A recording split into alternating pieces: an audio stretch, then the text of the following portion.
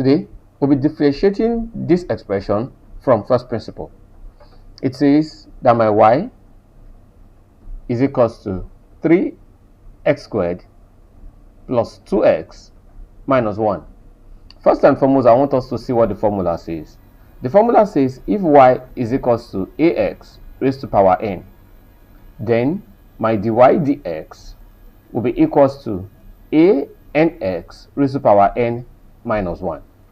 So that for this same example, if I'm going to use the formula, I'll simply say that my dy dx will be equals to 3, that's my e, into n, which is 2, x raised to power 2 minus 1, plus 2 into 1 here, because I just have one, I have here because I just have x, that x is raised to power 1, that will be x raised to power 1 minus 1 minus 1.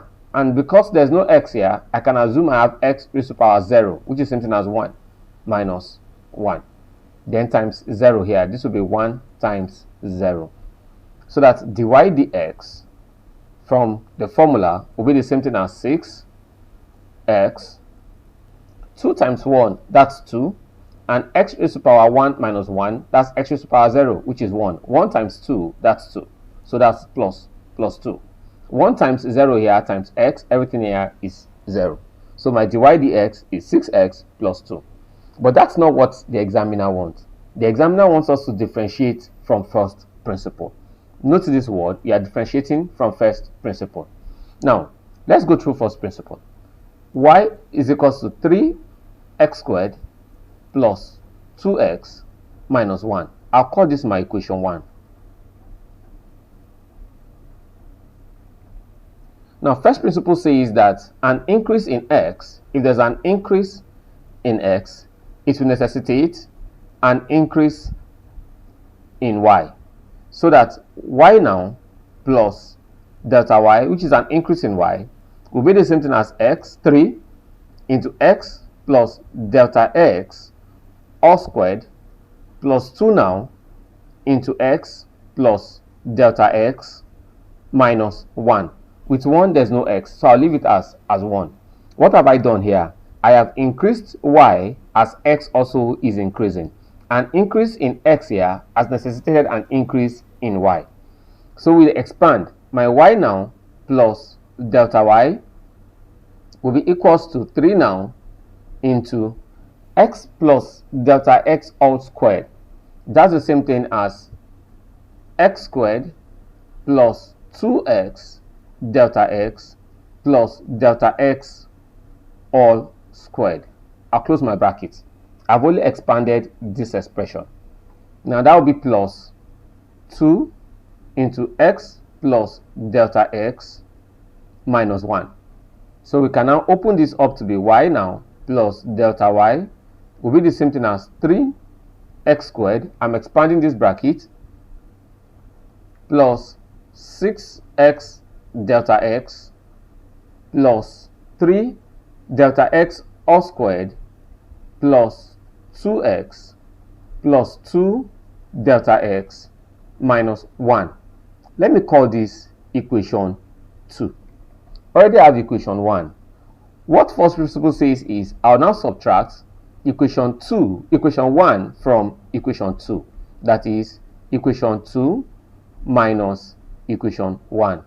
So that I'll have y plus delta y minus y will now be equals to 3x squared plus 6x delta x plus 3 delta x squared plus 2x plus 2 delta x minus 1.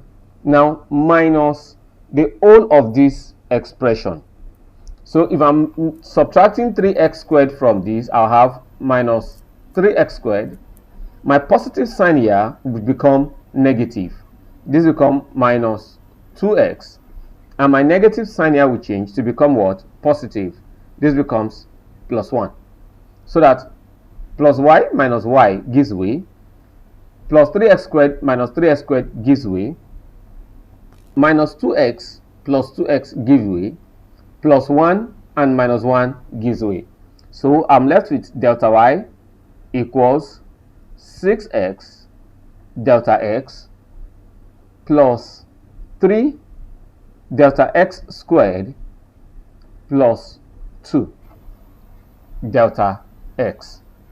Now, first principle says the next thing I should do is to divide all through by delta x. So I'll divide this side by delta x. I'll divide this by delta x.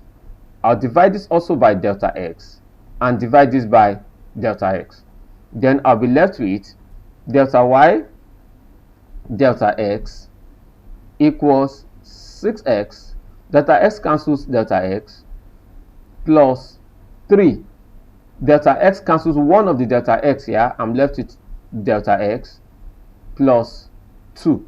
Delta x cancels delta x.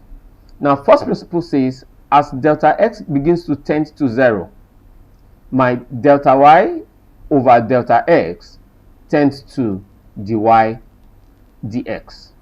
Obviously, my dy dx will be the same thing as delta x tends to 0.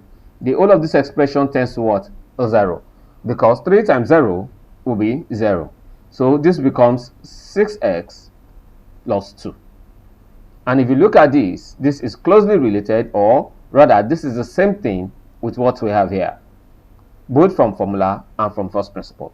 With this, I hope you understand how I went about differentiating from first principle. I'll be glad to use the comment section to ask your questions. Thank you for staying with us and see you in the next class.